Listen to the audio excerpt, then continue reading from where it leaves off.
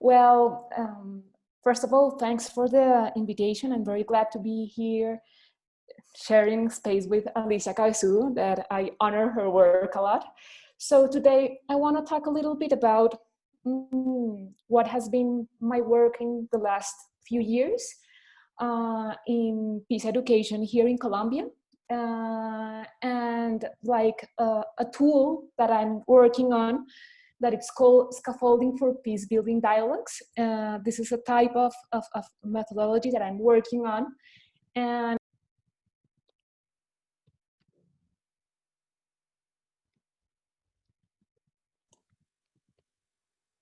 Irene, we can't hear you. I do not know why.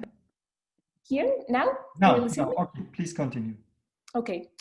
So I was telling you like my work is basically in Colombia, and I want to like give a little bit of context of Colombia and of the research.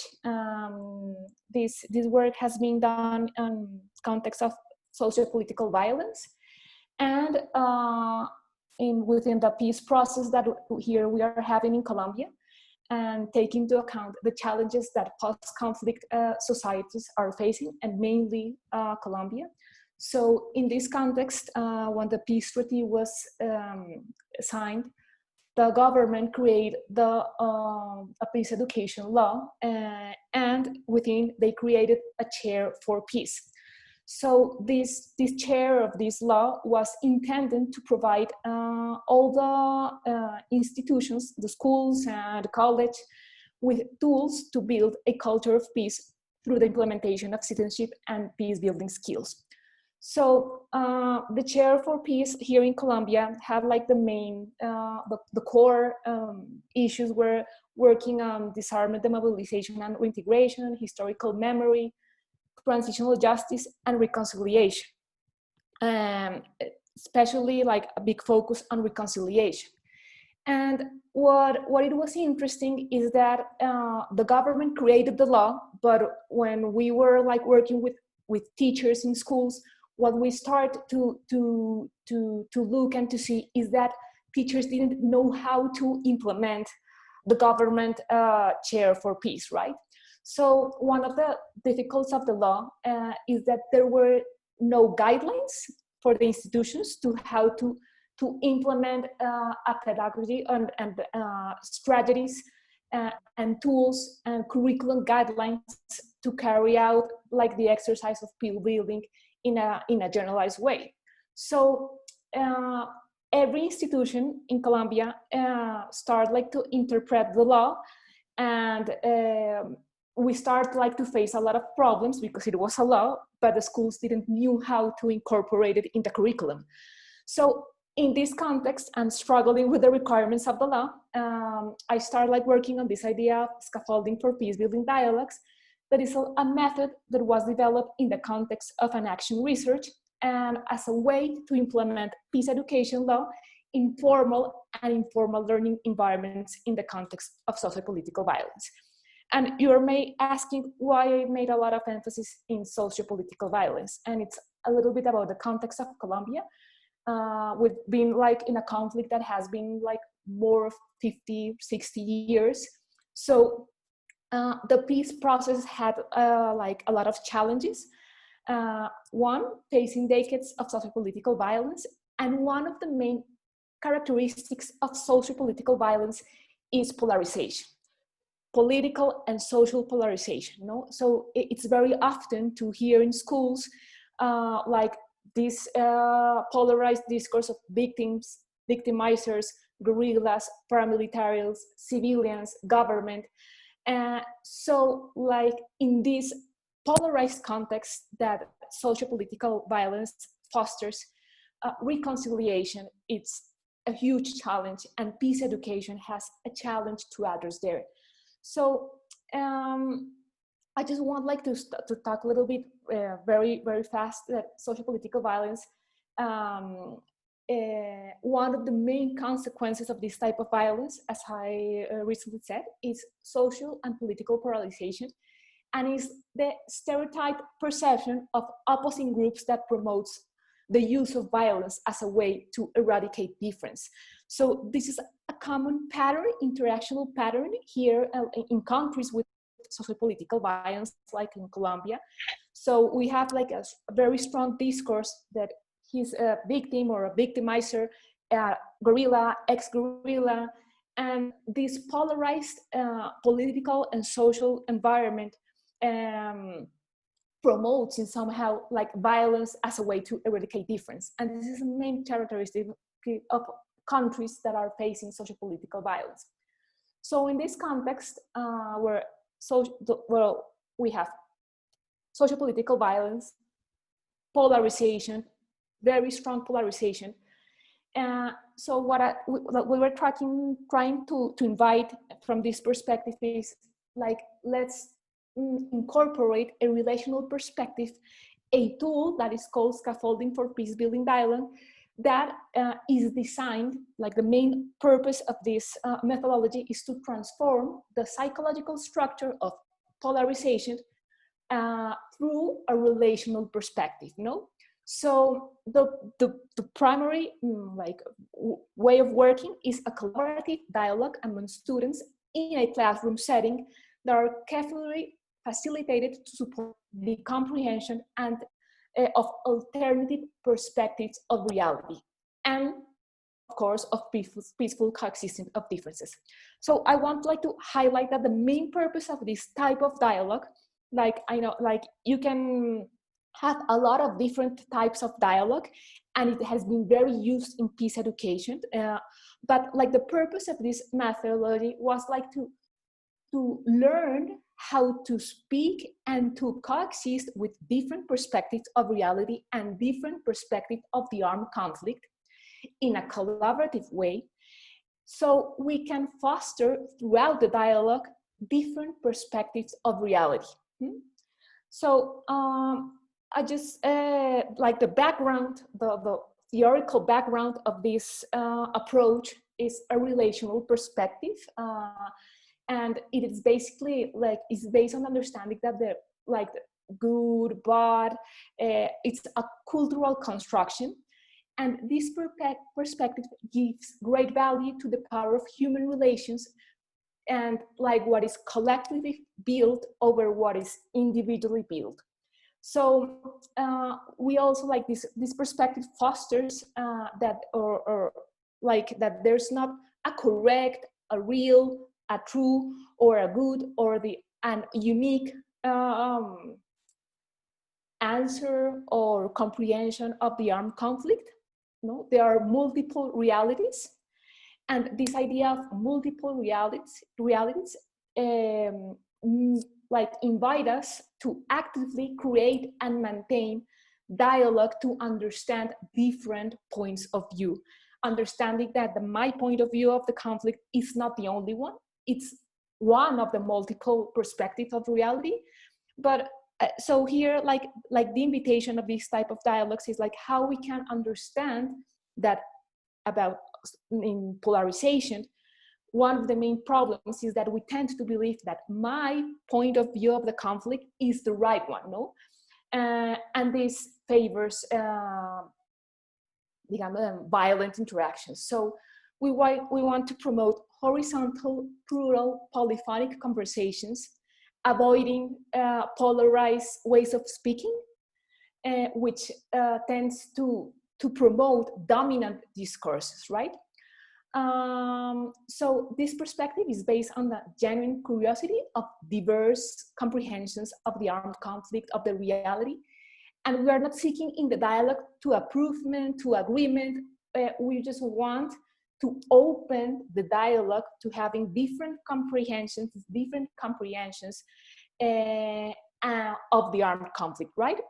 So it seeks to encourage other points of view instead of judging them as correct or incorrect, and promoting the coordination of multiple perspectives, not consensus. We are never seeking for consensus in the dialogue space in the classroom. So the focus is on keeping the conversation alive and opening possibilities, avoiding definite statements that is so problematic in polarized discourses. So this relational perspective, we foster dialogue in the classroom, and dialogue is defined as a kind of conversation where the answers are provisional instead of final, and where the results is not to prevalence one discourse over the other, but the polyphony or coexistence between different discourses in mutual acceptance, right? So in this way, dialogue is a form of coordinated action with a relational foundation, no? And the meaning that emerge in the dialogue process is an outcome not of an individual action of the teacher, of one student, but of the coordinated actions of all the participants. So the scaffolding for peace building dialogues it's like the background is a relational perspective, a constructionist perspective of reality, and of course the idea of dialogue in peace education, right? So the main characteristics of this type of dialogue is a special way of listening and questioning and being present in the dialogue, willingness to suspend one's assumptions and the certainties we have, a reflexive attention to the ongoing process and how I am part of the process of the dialogue. And this type of dialogue process is a way to transform and deconstruct dominant narratives that foster conflict and polarization. So as such, this type of dialogues embrace values of intercultural understanding, tolerance, and encourages the coexistence of multiple worldviews, avoiding persuasion toward a single preconceived polarized truth, because we want to open to different perspectives, right? So very quickly, because I think that I'm running out of time, the aims of this methodology is to open the horizons within school context of sociopolitical violence and polarization in order to open possibilities for exchange with other knowledge, other understandings, traditions, etc. So students are not like recipients of information. They do not seek to become idealized or polarized. On the contrary, they are participating subjects who engage with the vital questions about their role as reality transformers. So this methodology has three basic, I'm going to yeah, Irene, don't stress yourself. Okay, it has like three basic moments that are the moments more important in the dialogue. The first moment of the dialogue is creating a relational space within the students.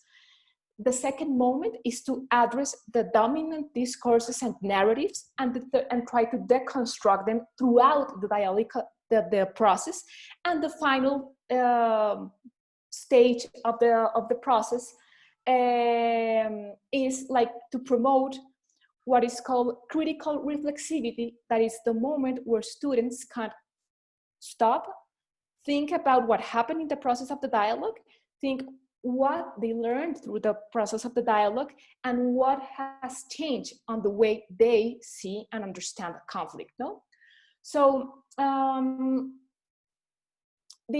as I was saying, it has these three phases, and construction of relational perspective, development of the dialogical space, and in this like second moment, the core idea is deconstruct dominant narratives through reflexive questions that challenge existing or taken for granted narratives about the conflict.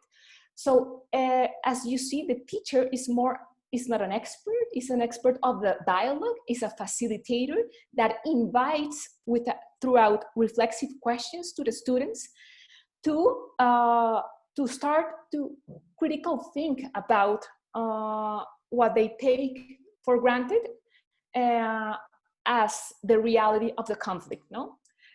So these kind of questions are designed to increase the possibilities for students to both think and act differently. And the third phase, that is the last phase of the dialogue, seeks to foster different ways of observing and framing reality. So here, like the phases, as I was saying, is creating context and goals to be achieved. So it's the first encounter with the students is how you create a space where all voices are understand, are available, how we have to learn to listen to different understandings of reality. Then in the second phase, it's the moment of the dialogue that we address topics as DDR, conflict resolution, reconciliation, that are like the core topics of the chair for peace, but are the main topics that are very difficult to address in our context that is very highly polarized. No? So in the deconstruction of polarized narratives, this idea comes from the notion of Foucault and Derrida's approach to the construction of language, and are all the procedures that emerge in the dialogue that through language transforms and subvert, take it from granted narratives that serve to legitimize the one's point of view and to delegitimize the point of the other party. And the last phase, that is critical reflexivity, is how we teach students to learn question my own ideas of reality, to listen to alternative perspective of reality, and to try to understand and reflect about different outcomes of multiple standpoints. So this is like basically like the different phases of the dialogue. What I want to say very quickly is that, of course, we have like a very detailed procedure, like first these have in mind this type of questions, but my invitation is not to see this methodology like a rigid like method, but it's more like an invitation with an idea that it's how throughout questions we can deconstruct those dominant narratives that foster polarization, and how we can teach students to be reflexive about what is the standpoint they have of the conflict of reality, and how they can listen other ways of framing reality, and how they can interact with that different perspectives, with the idea that when you can identify your narrative, identify different narratives, it immediately invites and fosters critical thinking and a different way of interacting and understanding armed conflict. So it is all about different standpoints, but this is a dynamic methodology. Like there's not like a rigid way of doing it. Maybe later we can talk a little bit about how we did it here in Colombia. But the idea is that teachers can learn this way of approaching polarized discourses, and they can give them like the shape they want depending on the context of the school, how the school and the students were impacted by the armed conflict, because it's not the same in rural context than in the city. So it's more like a dynamic and open methodology to incorporate for addressing polarized discourses, basically in socio-political violence and armed conflicts. So that's basically what I wanted to present. Thank you all for listening.